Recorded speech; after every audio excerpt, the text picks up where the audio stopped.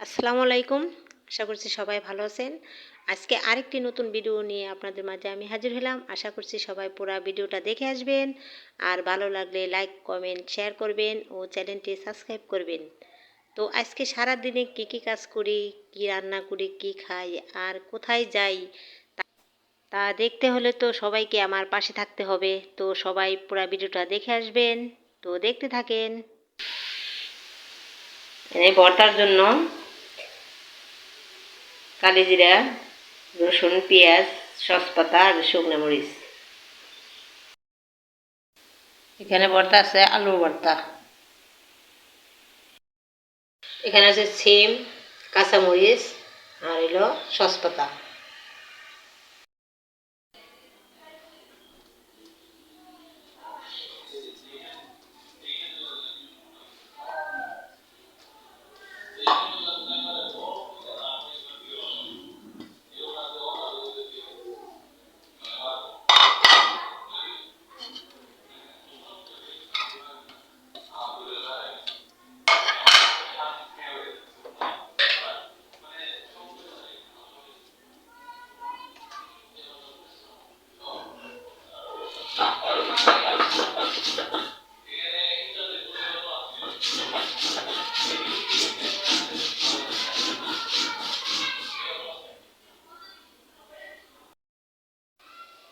এই তো ভর্তা বানানো শেষ।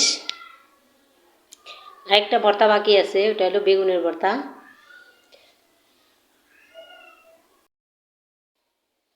তো এই যে দেখেন, আমি সকাল সকাল ভর্তা দিয়ে ভাত খাবো, তার জন্য সব কিছু আয়োজন করে। ভর্তা কিন্তু বানাইতে অনেক কষ্ট, কিন্তু তারপরও বানানো শেষে যে খাওয়া একটা মজা, মজাটাই সবচেয়ে আসল ব্যাপার, আর কিছুই না।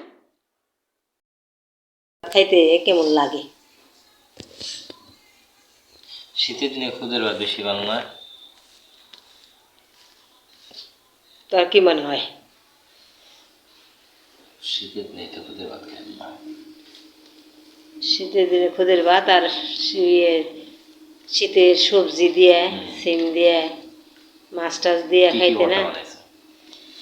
এনে আলু ভর্তাটা খাই ফেলাইছে। আলু ভর্তা, মাছ ভর্তা, কালিজিরা ভর্তা, বাংলা সিমি। খাবার।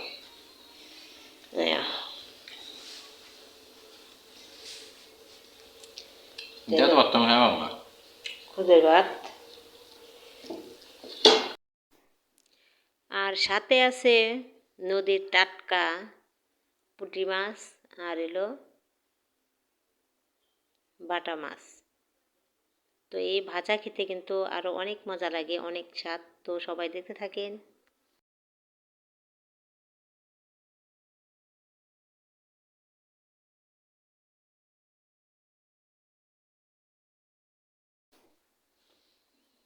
তো এই যে দেখেন, মাছটা কিন্তু ভাজা প্রায় হয়ে গেছে। আর কালারটাও দেখছেন অনেক সুন্দর। আর মচমচা করে ভাজলে কিন্তু খাইতে অনেক মজা লাগে। তো মচমচা করেই ভাজবো।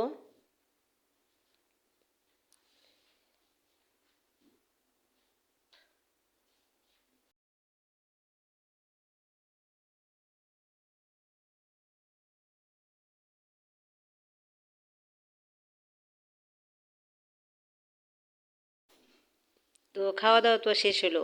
এখন কোথায় যাব বন্ধুরা বলেন তো? হ্যাঁ, এখন আমি আমার বান্ধবীর বাসায় আসছি।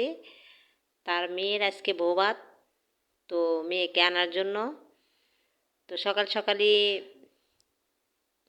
আমরা রওনা দিতেছি, কারণ রাস্তাঘাটে অনেক জ্যাম জ্যাম থাকে এজন্য।